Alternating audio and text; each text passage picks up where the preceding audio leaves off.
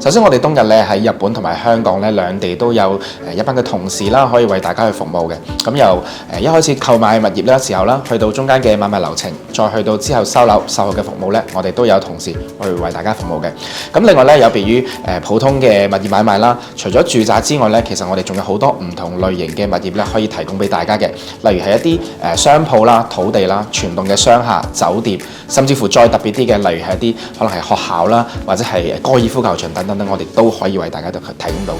而另外最近最好嘅話題啦，就係做民宿經營咧，呢一個亦都係我哋冬日嘅強項嚟嘅。咁啊，除咗去揀一啲民宿之外咧，其實我哋自己本身都係一個